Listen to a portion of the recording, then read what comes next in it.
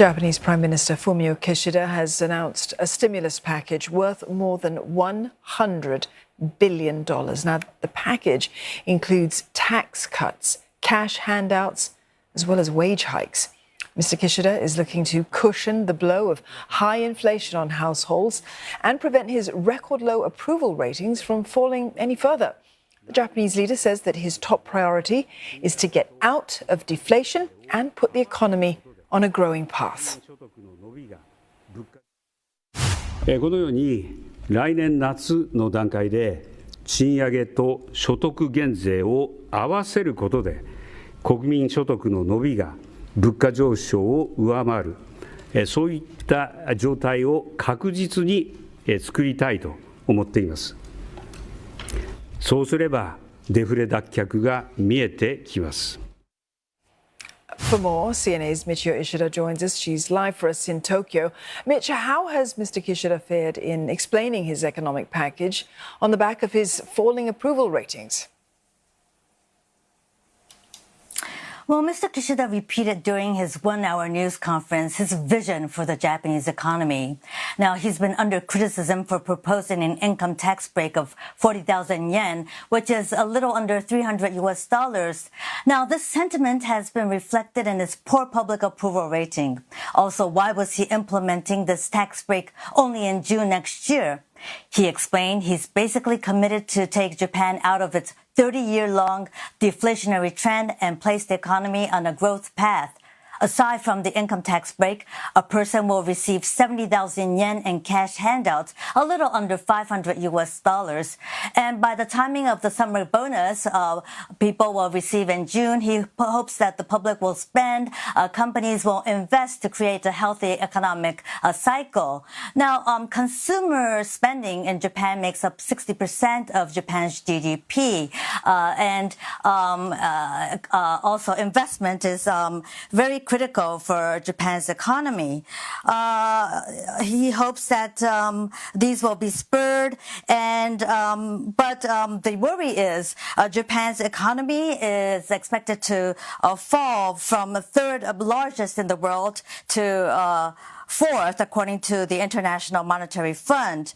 What Mr. Kishida did not talk about in his news conference is about his own wage hike and about his cabinet minister's wage hike. He wants to get approval this current diet session. And how will the public feel about this? Well, here's more on what public perception means to the Prime Minister. Approval ratings of around 30% are considered a bad omen in Japanese politics. With the opposition ever so fragmented and weak, the LDP faces no immediate threat of losing power. But history has shown that rock-bottom approval ratings often lead to the downfall of its leaders. Take the case of Yoshihide Suga, who was prime minister between 2020 and 2021. Mr. Suga had to step down not long after his approval ratings hit as low as 29% in August 2021. With his approval rating so low, he was seen as losing his ability to lead the party to electoral victories. That's exactly what happened to Taro Aso in 2009, Yasuo Fukuda in 2008, and Shinzo Abe during his first administration in 2007. Their approval ratings dived below 30%, and the party under their leadership eventually lost in national elections, forcing them to step down. It's not the first time that Mr. Kishida, who took office in October 2021, sees his approval ratings hover around 30%. In December 2022, his approval ratings dipped as low as 30%, raising questions whether his would be another short-lived administration. But he surprised pundits when he showed his leadership in defense and foreign affairs, in particular his performance when he hosted world leaders at the G7 summit in Hiroshima, boosting his approval rating to 50% at one point. It remains to be seen whether Mr. Kishida could surprise his critics again. Will the general public public citing weak leadership in domestic policy among the most important factors contributing to their loss of confidence in its government. The Prime Minister is betting on turning the tide with the latest economic stimulus package.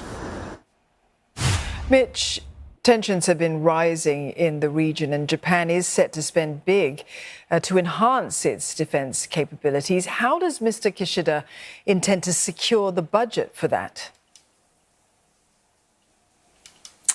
Well, Mr. Kishida introduced a new defense policy at the end of last year. He wants to raise defense spending from 1% of Japan's GDP to 2%, as he's positioned the environment surrounding Japan as severe. As you know, there's territorial disputes in the region, uncertainty in the Taiwan Strait, North Korea's frequent missile tests, and nuclear ambition. The majority of the public support Japan stepping up its defense capabilities. But where is the money going to come from? There have been speculations of a tax hike, but he's clearly putting that off for now. He said he will figure out how to finance defense budget for financial year 2027 in this news conference. Don. Michio, thank you very much for that. Michio Shida in Tokyo.